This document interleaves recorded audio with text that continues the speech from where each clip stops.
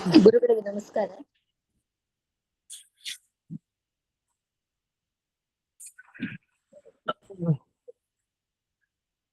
ಸುಮತಿಭಿರನುಮೇಜಂ ಶುಭ್ರಕಾಜಂ ಸಖಾಜಂ ಸುಖಮಜಮನಪಾಜಂ ಮುಕ್ತ್ಯುಪಾಜಂ ವಿಮಾಜಂ ಗ್ರಹಜಮಹಮಮೇಜಂ ಧ್ಯೇಜಮಾಂನಾಯಕೇಜಂ ಸದಜಮಸದಜೇಜಂ ಶ್ರೀಸಹಾಜಂ ಭಜೇಜಂ ತಪಸ್ವಾಧ್ಯಾಯ ಶುಶ್ರೂಷಾ ಕೃಷ್ಣಪೂಜಾರತಂ ಮುನಿಂ ವಿಶ್ವೇಶಮಿಷ್ಟದಂ ವಂದೇ ಪರಿಮ್ರಾಟ್ ಚಕ್ರವರ್ತಿನಂ ಶ್ರೀಗುರುಭ್ಯೋ ನಮಃ. ಹರಿ ಓಂ.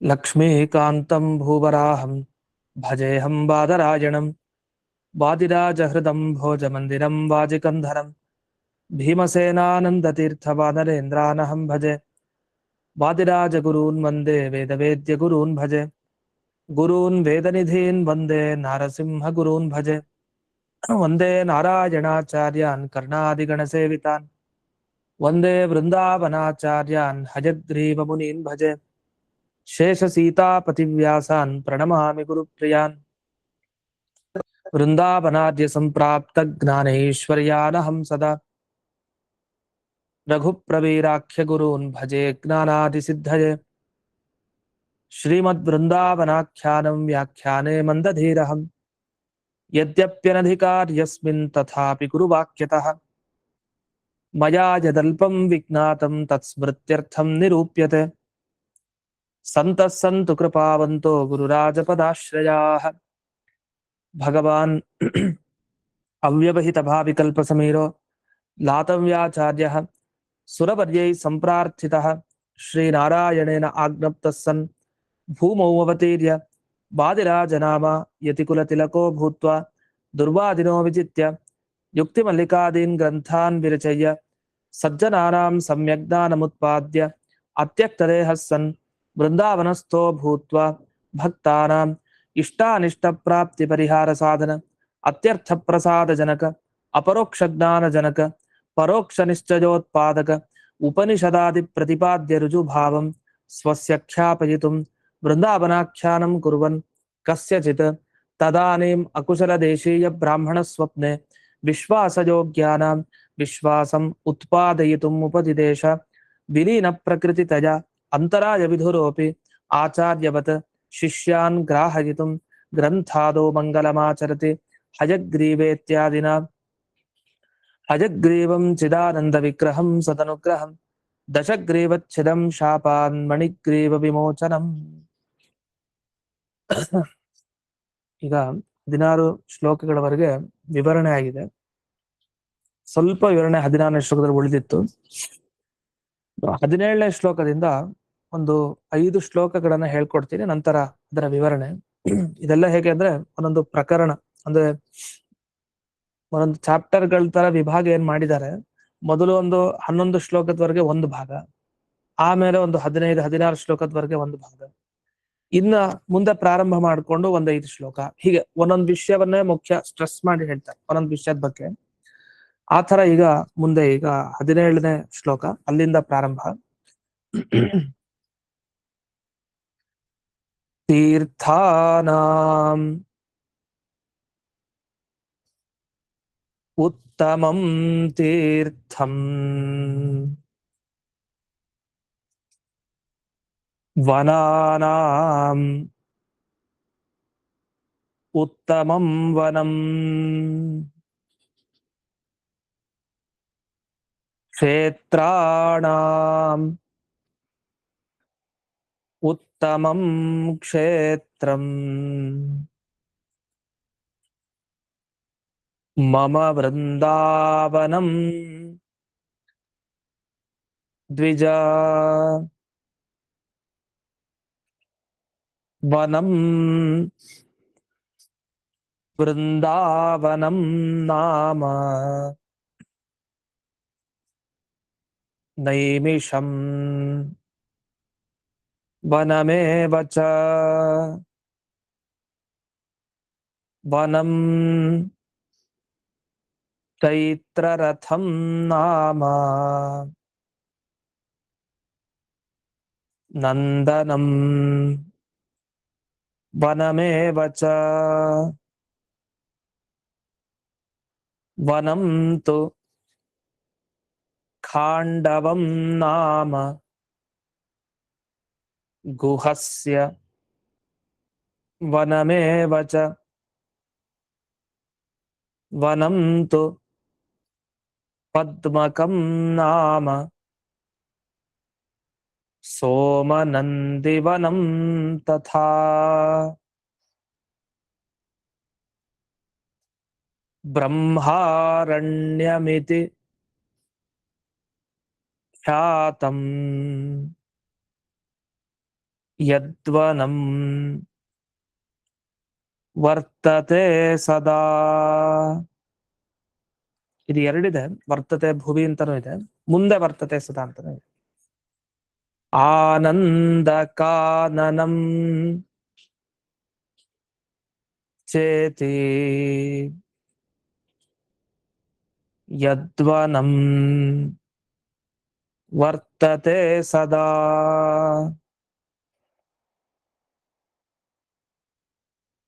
ಏತಾನಿ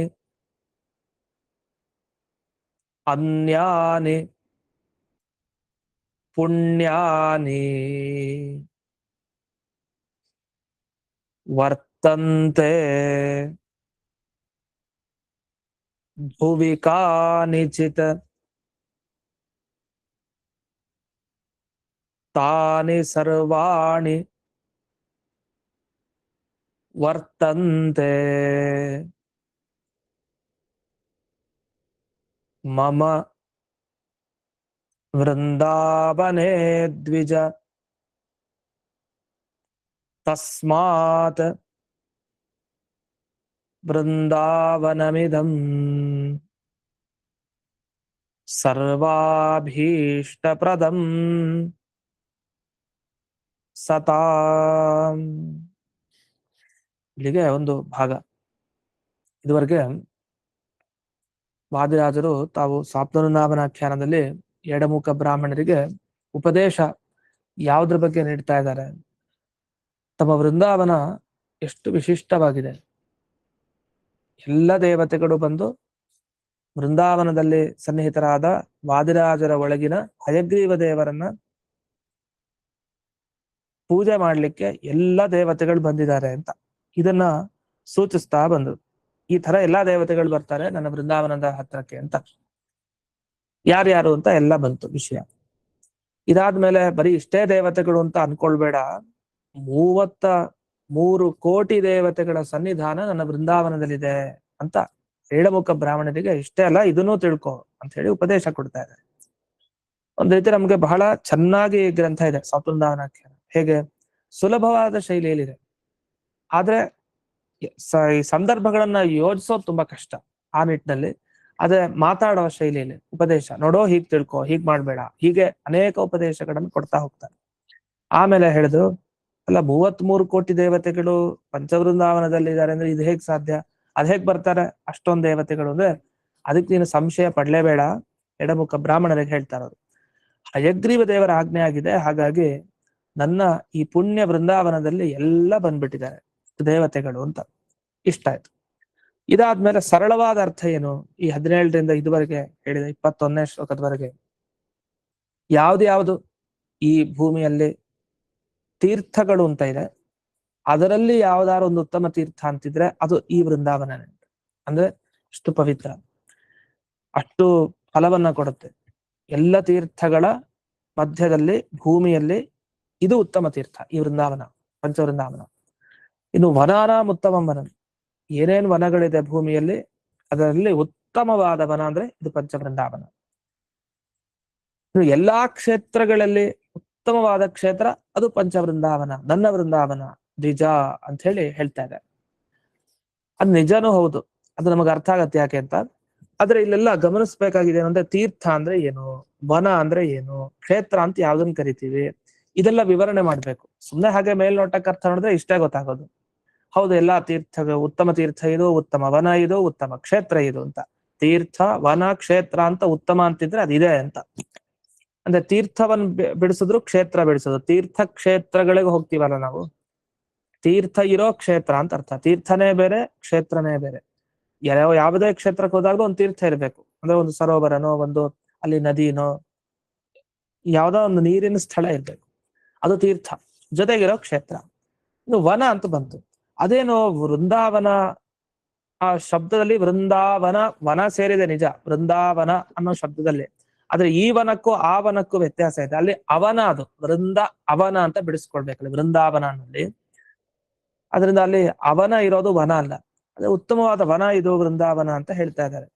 ಅಷ್ಟೇ ಅಲ್ಲ, ಮುಂದಕ್ಕೆ ಹೊರಟ್ರೆ ವೃಂದಾವನ ವನ ಏನಿದೆ ಈ ಜಗತ್ತಿನಲ್ಲಿ, ನೈಮಿಷ ವನ ಏನಿದೆ, ಚೈತ್ರ ರಥ ಅನ್ನೋ ಹೆಸರಿನ ವನ ಏನಿದೆ, ನಂದನ ವನ ಏನಿದೆ ಅಂತ ಹೇಳ್ತಾ ಬರ್ತಾರೆ. ಅಲ್ಲೆಲ್ಲ ನಾಮ ನಾಮ ಅಂತ ಒಂದು ಶಬ್ದ ಬಂದಿದೆ. ವನಂ ವೃಂದಾವನಂ ನಾಮ, ಚೈತ್ರ ರಥಂ ನಾಮ. ಈ ನಾಮ ನಾಮ ಅಂದ್ರೆ ಪ್ರಸಿದ್ಧಿ ಅಂತ, ತುಂಬಾ ಫೇಮಸ್ ಅಂತ ಅರ್ಥ. ಅಂದ್ರೆ ಯಾವ್ದು ವೃಂದಾವನ ಅಂತ ಈ ಜಗತ್ನಲ್ಲಿ ನಾಮ ಬಹಳ ಪ್ರಸಿದ್ಧವಾಗಿದೆಯಲ್ಲ, ಅಷ್ಟೆಲ್ಲ ನೈಮಿಷ ಕ್ಷೇತ್ರ, ನೈಮಿಷವನ ಅಂತ ಯಾವ್ದು ಪ್ರಸಿದ್ಧವಾಗಿದೆಯಲ್ಲ, ಚೈತ್ರ ರಥ ಅಂತ ಯಾವ್ದು ಪ್ರಸಿದ್ಧವಾಗಿದೆಯಲ್ಲ, ನಂದನವನ ಅಂತ ಯಾವ್ದು ಪ್ರಸಿದ್ಧವಾಗಿದೆಯಲ್ಲ, ಖಾಂಡವವನ ಅಂತ ಯಾವ್ದು ಪ್ರಸಿದ್ಧವಾಗಿದೆಯಲ್ಲ, ಗುಹನ ವನ ಅಂತ ಯಾವುದು ಪ್ರಸಿದ್ಧವಾಗಿದೆಯಲ್ಲ, ಪದ್ಮಕವನ ಅಂತ ಯಾವುದು ಪ್ರಸಿದ್ಧವಾಗಿದೆಯಲ್ಲ, ಸೋಮನಂದಿ ವನ ಅಂತ ಯಾವುದು ಪ್ರಸಿದ್ಧವಾಗಿದೆಯಲ್ಲ ಅಂತಾರೆ. ನಮಗಿದೆಲ್ಲ ಅಪ್ರಸಿದ್ಧನೇ ಈಗ. ಯಾಕಂದ್ರೆ ನಮ್ಗೆ ಈ ಹೆಸರುಗಳನ್ನ ಕೇಳಿದ್ರೆ ನೈಮಿಷ ನೈಮಿಷಾರಣ್ಯ ಅಂತ ನೆನಪಾಗುತ್ತೆ. ಅದು ನೈಮಿಷ ವನ ಅಂದ್ರೆ ಏನೋ ಒಂಥರ ಬೇರೆ ಶಬ್ದ ಅನ್ಕೊಳ್ತೀವಿ. ನೈಮಿಷ ಅರಣ್ಯ ಅಂದ್ರೆ ಏನೋ, ಅರಣ್ಯ ಅಂದ್ರೆ ವನ ಅಂತಾನೆ ಅರ್ಥ. ಇಲ್ಲಿ ನೈಮಿಷ ವನ ಅಂತ ಅದನ್ನ ಕರೆದಿದ್ದಾರೆ. ನೈಮಿಷಾರಣ್ಯ ಫೇಮಸ್ ಗೊತ್ತು. ವೃಂದಾವನ ಅಂತಂದ್ರೆ ಯಾವುದು, ಅದನ್ನು ಪ್ರಸಿದ್ಧವನ್ನಾಗೆ ನಮಗ್ ತಿಳಿಸ್ತಾರೆ. ಯಾವುದು, ಯಮುನಾ ತೀರದಲ್ಲಿರುವಂತಹ ಪ್ರಸಿದ್ಧ ವೃಂದಾವನ, ಕೃಷ್ಣ ಓಡಾಡಿದ ಜಾಗ ವೃಂದಾವನ, ಆ ಕ್ಷೇತ್ರ ತಗೊಂಡಿರೋದು. ಚೈತ್ರರಥ ಪ್ರಸಿದ್ಧ, ನಂದನವನ ಪ್ರಸಿದ್ಧ, ಖಾಂಡವ ವನ ಕೇಳಿರ್ತೀವಿ, ಗುಹನ ವನ ಏನಿದು, ಪದ್ಮಕವನ, ಅದಕ್ಕೆಲ್ಲ ವಿವರಣೆ ಇದೆ. ಅದನ್ನ ಈ ಶ್ಲೋಕ ಪೂರ್ಣ ಮುಗಿದ ಮೇಲೆ ಹೇಳ್ತೀನಿ. ಇನ್ನು ಪದ್ಮಕವನ, ಸೋಮನಂದಿವನ ಅಂತ ಏನೇನು ಪ್ರಸಿದ್ಧವಾಗಿದೆ, ನಿಜ ಮುಂದೇನು ಗುರುಗಳು ಉಪದೇಶ ಕೊಡ್ತಾ ಇದ್ದಾರೆ. ನೋಡೋ ಜಗತ್ನಲ್ಲಿ ಭೂಮಿಯಲ್ಲಿ ಇದೆಲ್ಲ ಇದೆ, ಇದೆಲ್ಲ ಇದೆ ಪ್ರಸಿದ್ಧ, ಸರಿ ಮುಂದೇನು ಅದನ್ನ ದ್ವಿಜರು ತಾವು ಕಾಯ್ತಾ ಇದ್ದಾರೆ. ಏನ್ ಹೇಳ್ತಾರೆ ಮುಂದೆ. ಬ್ರಹ್ಮಾರಣ್ಯ ಅಂತನೂ ಒಂದು ಪ್ರಸಿದ್ಧವಾದ ವನ ಇದೆಯಂತೆ. ಅದು ಆನಂದ ಕಾನನ ಅಂತನೂ ಒಂದಿದೆ. ಆನಂದ ಕಾನನ, ಅಲ್ಲಿ ಆನಂದ ಕಾನನ ಅಂದ್ರು ವನ ಅಂತಾನೆ ಅರ್ಥ. ಕಾನನ, ಅರಣ್ಯ, ವನ ಇದಕ್ಕೆಲ್ಲ ಒಂದೇ ಅರ್ಥ, ಕಾಡು ಅಂತ ಅರ್ಥ. ಸರಿ, ಈ ಭೂಮಿಯಲ್ಲಿ ಏನೇನು ಇದೆಯಲ್ಲ ಇದೆಲ್ಲ ಅಷ್ಟೇ ಅಲ್ಲ, ಇನ್ಯಾವ್ದ್ಯಾವ್ದು ಪುಣ್ಯವಾದದ್ದು ಇದೆಯಲ್ಲ ಸ್ಥಳಗಳು ಭೂಮಿಯಲ್ಲಿ, ಇಂಥ ವನಗಳು, ಅದು ಹೆಸರಿಗೆ ಹೇಳಿದ್ದಿಷ್ಟೇ. ಭೂಮಿಯಲ್ಲಿರೋ ವನಗಳು ಹೇಳ್ತಾ ಹೋದ್ರೆ ಇನ್ನೂ ಜಾಸ್ತಿ ಆಗತ್ತೆ. ಇನ್ನೂ ತುಂಬಾ ಪುಣ್ಯಪ್ರದವಾದ ಅನೇಕ ವನಗಳಿದೆ. ಆ ಎಲ್ಲಾ ವನಗಳು, ತಾನಿ ಸರ್ವಾಣಿ, ಆ ಎಲ್ಲ ವನಗಳು ಮಮ ವೃಂದಾವನೇ ವರ್ತಂತೆ, ನನ್ನ ವೃಂದಾವನದಲ್ಲಿದೆ ದ್ವಿಜ ಕೇಳು, ಇಷ್ಟ ಹೇಳಿ. ಸರಿ, ಇದನ್ನೆಲ್ಲ ಹೇಳಿ ತಾತ್ಪರ್ಯ ಏನು? ಈಗ ತೀರ್ಥ ಮತ್ತೆ ವನ, ಕ್ಷೇತ್ರ, ಈ ವೃಂದಾವನ, ನೈಮಿಷ, ಚೈತರಥ ಏನೇನು ಹೆಸರೆಲ್ಲ ಹೇಳಿದ್ರಲ್ಲ, ಈ ಎಲ್ಲ ವನ ಪಂಚವೃಂದಾವನದಲ್ಲಿ ಹೆಂಗ್ ಬರ್ಲಿಕ್ಕೆ ಸಾಧ್ಯ? ಎಲ್ಲೆಲ್ಲಿರತ್ತೋ ಆ ತೀರ್ಥ ಕ್ಷೇತ್ರ ಅಲ್ಲಲ್ಲೇ ಇರುತ್ತೆ, ವನ ಎಲ್ಲಿರುತ್ತೋ ಅಲ್ಲೇ ಇರುತ್ತೆ. ಈ ಖಾಂಡವ ವನ ದಿಢೀರಂತ ಪಂಚವೃಂದಾವನದಲ್ಲಿ ಬಂದಿರುತ್ತ? ಹೇಗೆ? ಈ ಉಪದೇಶದ ಅರ್ಥ ಏನು? ಇಲ್ಲ, ಎಲ್ಲಾ ವನಗಳಿರುತ್ತೆ. ಅಷ್ಟೆಲ್ಲದೆ ಅವ್ರು ಮುಂದೆ ಹೇಳ್ತಾರೆ, ತಸ್ಮಾತ್ ಬೃಂದಾವನಮಿದಂ ಸರ್ವಾಭೀಷ್ಟ ಪ್ರದಂ ಸತಾಂ. ಹಾಗಾಗಿ ಈ ಭೂಮಿ ಮೇಲಿರುವಂತಹ ಇಷ್ಟೆಲ್ಲಾ ಪವಿತ್ರವಾದದ್ದು, ಪುಣ್ಯ ನೀಡುವಂತಹ ಕ್ಷೇತ್ರ ಎಲ್ಲವನ, ಅದು ನನ್ನ ವೃಂದಾವನದಲ್ಲಿದೆ. ಹಾಗಾಗಿ ಈ ವೃಂದಾವನದ ಸೇವೆ ಮಾಡೋರ್ಗೆ ಅದು ಸತಾಂ, ಸಾತ್ವಿಕರಿಗೆ, ಸನ್ಮಾರ್ಗದಲ್ಲಿ ಇದ್ದು ಒಳ್ಳೆ ರೀತಿಯಲ್ಲಿ ತಿಳ್ಕೊಂಡು ಯಾರು ಸೇವೆ ಮಾಡ್ತಾರೆ ಅವರಿಗೆ ಸರ್ವಾಭೀಷ್ಟ ಪ್ರದಂ, ಏನೇನು ಅಭೀಷ್ಟ ಇದೆ ಎಲ್ಲವನ್ನು ಪೂರೈಸತ್ತೆ ಅಂತ. ಆದ್ರಿಂದಲೇ ಗೊತ್ತಿಲ್ಲದೆ ಮಾಡ್ದಾಗ ಕೆಲವು ಸಲ ಒಂದೊಂದೇ ಫಲ ಸಿಗ್ಬೋದು. ಆದ್ರೆ ಎಲ್ಲಾ ತಿಳ್ಕೊಂಡು ಸರಿಯಾಗಿ ಮಾಡಿದ್ರೆ ಸರ್ವಾಭೀಷ್ಟ ಪ್ರದ ಯಾವುದು, ಈ ಪಂಚವೃಂದಾವನ. ಇಷ್ಟು ಬಂತು. ಇದಾದ್ಮೇಲೆ ಇದಕ್ಕೆ ಒಂದೊಂದೇ ವಿವರಣೆ ಮಾಡ್ಬೇಕು. ಇದ ಅಭಿಪ್ರಾಯ ಏನು? ಎಲ್ಲಾ ವನ ಇದೆ ಅಂದ ಅರ್ಥ ಏನು? ಈಗ ಸೋದಾ ಕ್ಷೇತ್ರಕ್ಕೆ ಹೋದ್ರೆ ಎಲ್ಲ ಇಲ್ಲೇ ಸಿಕ್ಬಿಡತ್ತೆ ಅಂತ ಹೇಳ್ತೀವಿ. ಎಲ್ಲ ಇಲ್ಲೇ ಸಿಗತ್ತೆ ಅಂದ್ರೆ ಏನರ್ಥ? ಕಾಶಿನೂ ಇಲ್ಲೇ, ಬದರಿನೂ ಇಲ್ಲೇ, ಎಲ್ಲಾ ವನಗಳು ಇಲ್ಲೇ, ಎಲ್ಲವೂ ಇಲ್ಲೇ ಸಿಕ್ಬಿಡುತ್ತೆ. ಸಿಗತ್ತೆ ಅಂದ್ರೆ ಏನರ್ಥ? ಆ ಕ್ಷೇತ್ರ ಬಂದಿಲ್ಲಿ ಕೂಡದೇ ಇರಬಹುದು, ಆದ್ರೆ ಆ ಕ್ಷೇತ್ರಗಳಿಗೆ ಹೋದಾಗ ಸೇವೆ ಮಾಡಿದ್ರೆ ಏನು ಪುಣ್ಯ ಸಿಗತ್ತೋ, ಅಲ್ಲಿಂದೇ ನಾವು ಅಭೀಷ್ಟವನ್ನ ಪಡ್ಕೊಳ್ಬೇಕೋ ಅಂಥ ಎಲ್ಲ ಅಭೀಷ್ಟ ಇಲ್ಲೇ ಸಿಗ್ತಾ ಇದೆ, ಹಾಗಾಗಿ ಅದು ಇಲ್ಲಿದ್ದ ಹಾಗೆ ಅಂತ, ಅದು ಇಲ್ಲಿ ಇದ್ದ ಹಾಗೆ ಅನ್ನೋ ಅರ್ಥ ಬರುತ್ತೆ. ಈಗ ಎಲ್ಲಾ ಕಡೆ ಹೋಗೋದು ಒಂದು ಕುಲದೇವರ ಹತ್ರ ಹೋಗಿ ಬಂದ್ಬಿಡಿ, ನಿಮ್ ಕುಲದೇವರ ಹತ್ರ ಅಲ್ಲೇ ಎಲ್ಲ ಇದೆ ಅಂತ, ಅಲ್ಲಿಂದಾನೇ ನಿಮ್ಗೆಲ್ಲ ಸಿಗೋದು ಅಂದ್ರೆ ಅರ್ಥ. ಎಲ್ಲಾ ಕ್ಷೇತ್ರಗಳಿಗೆ ಹೋದ್ರೆ ಏನು ಪುಣ್ಯ, ಏನ್ ವರ ಸಿಗತ್ತೋ ಅದೆಲ್ಲ ಕುಲದೇವರ ಹತ್ರನೇ ಒಂದೇ ಕಡೆ ಸಿಕ್ಬಿಡತ್ತಲ್ಲ, ಆ ತರ ಇದು. ಪಂಚವೃಂದಾವನ ಹತ್ರ ಎಲ್ಲಾನು ಸಿಕ್ಬಿಡತ್ತೆ ಅಲ್ಲೇ. ಹಾಗಾದ್ರೆ ಆ ಕ್ಷೇತ್ರಗಳಲ್ಲಿ ಇದ್ದ ಹಾಗೆ ಅಂತ ಅಷ್ಟೇ ಅರ್ಥನ ಅಂದ್ರೆ ಹಾಗಲ್ಲ.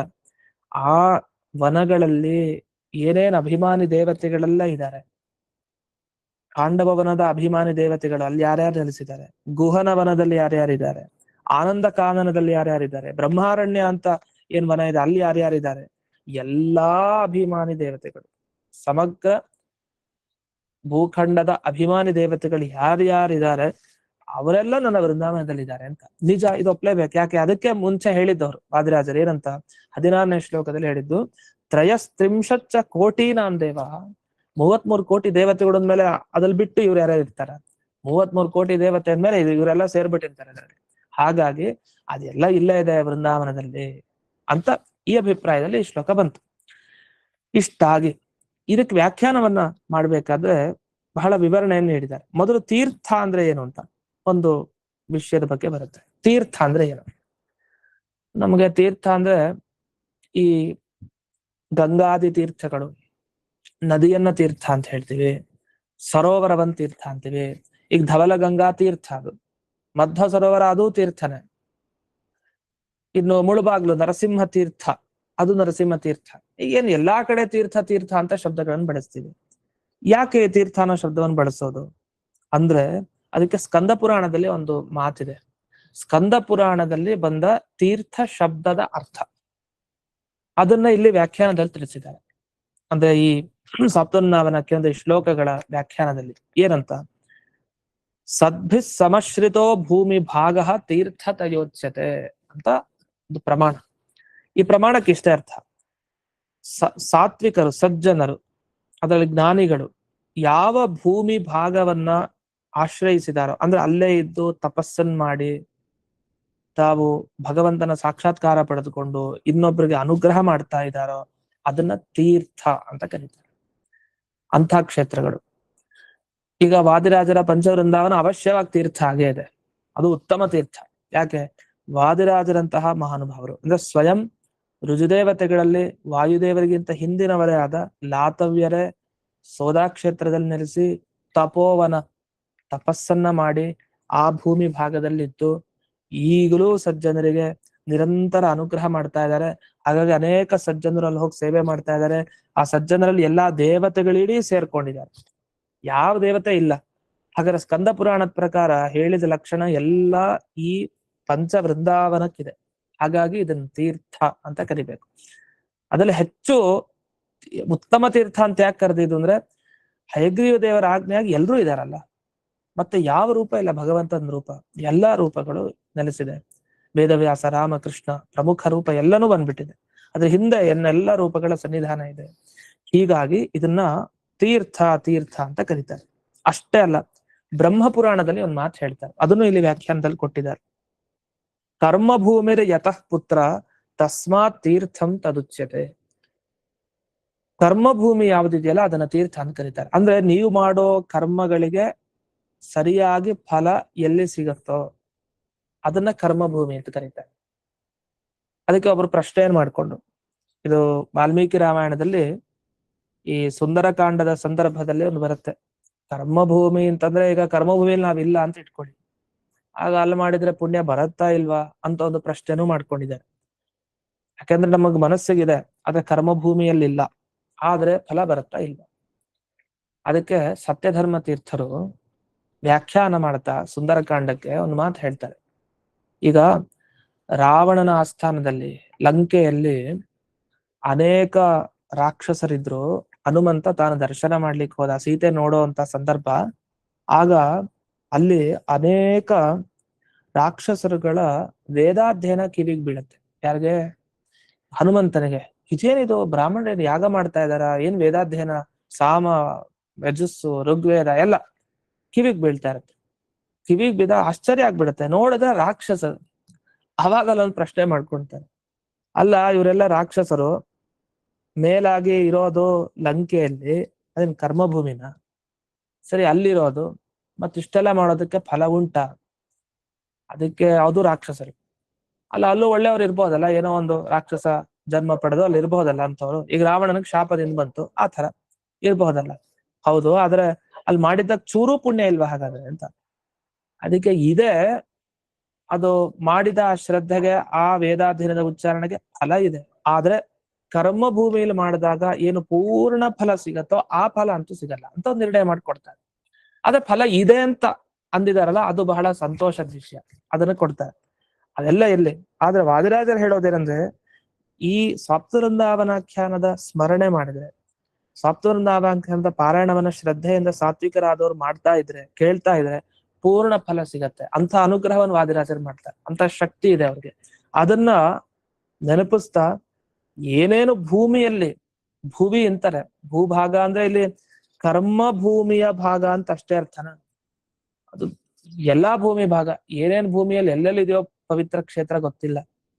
ಅಂಥ ಭೂಮಿಯಲ್ಲಿರೋ ಯಾವ್ಯಾವ ಪುಣ್ಯ ಕ್ಷೇತ್ರಗಳು ಅಂತಿದೆಯೋ ಅದರ ಅಭಿಮಾನ ದೇವತೆಗಳೆಲ್ಲ ಈ ವೃಂದಾವನದಲ್ಲಿದ್ದಾರೆ, ಅವ್ರಿಗೆಲ್ಲ ಫಲವನ್ನ ನಾನು ಕೊಡ್ತೇನೆ ಅಂತ, ಬೃಂದಾವನ ಸೇವೆ ಮಾಡೋರ್ಗೆ ಅಂತ ಇಷ್ಟನ್ನ ಹೇಳಿದೆ.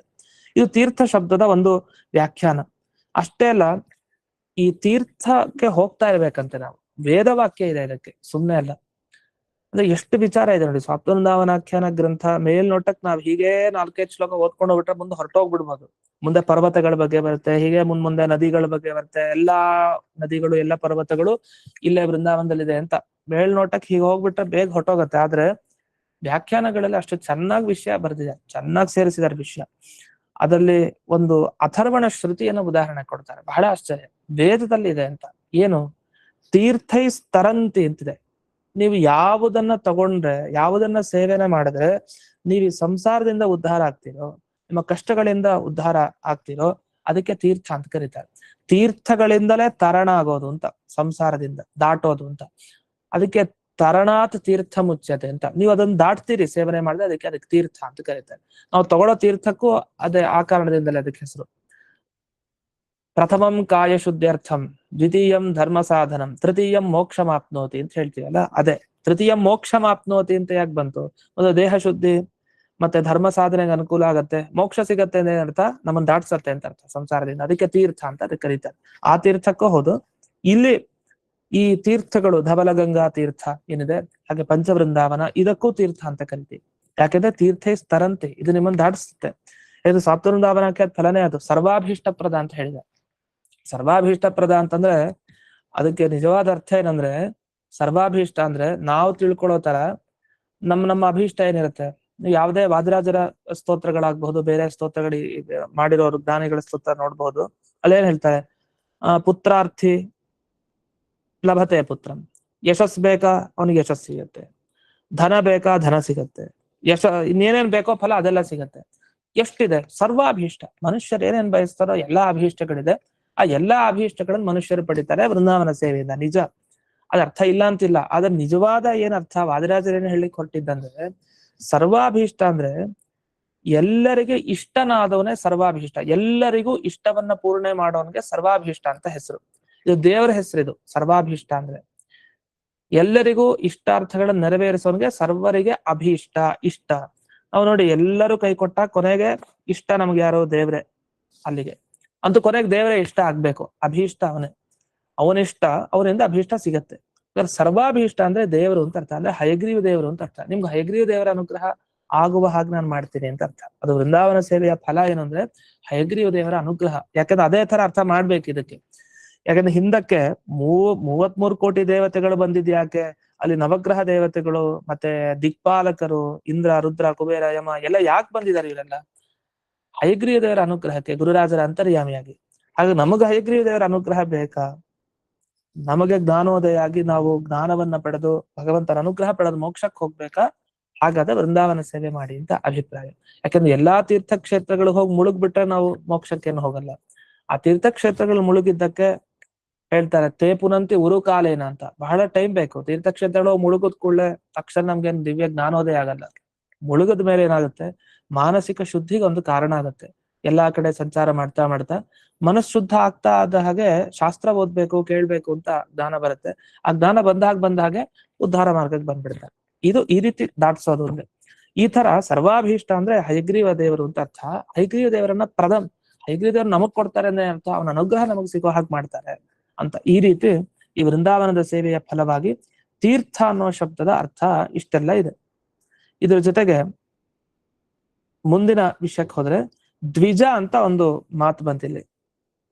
ಕ್ಷೇತ್ರಾಣಂ ಉತ್ತಮಂ ಕ್ಷೇತ್ರಂ ಮಮ ವೃಂದಾವನಂ ದ್ವಿಜ ಅಂತ.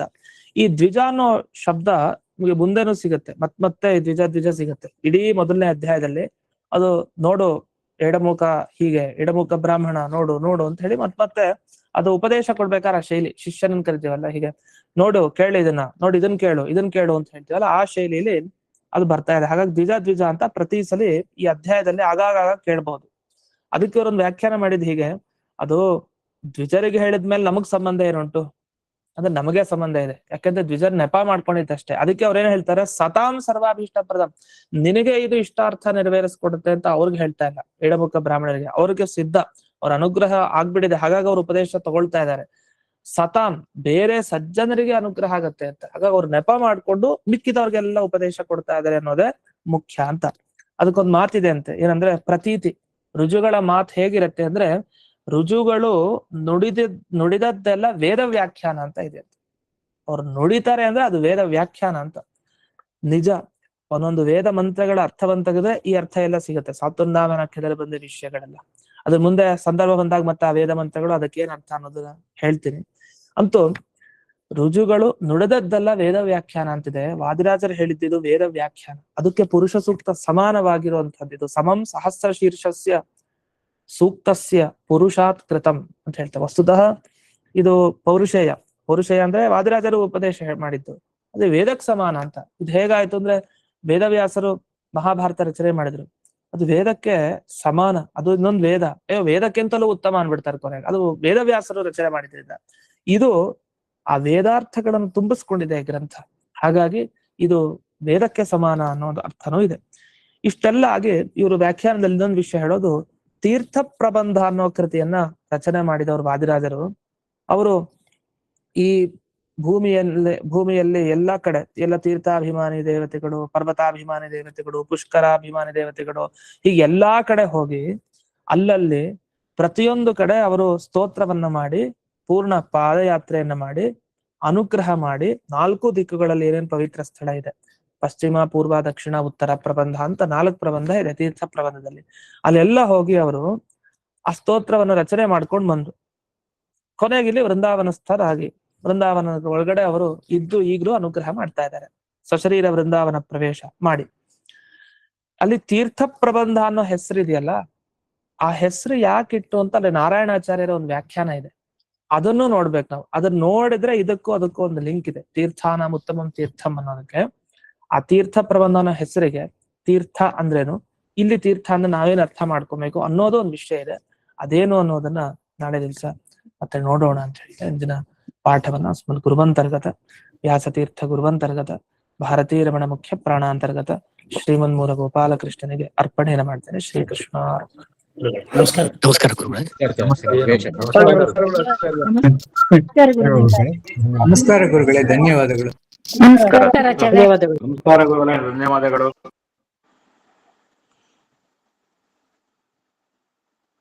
ನಮಸ್ಕಾರ ಆಚಾರ್ಯ.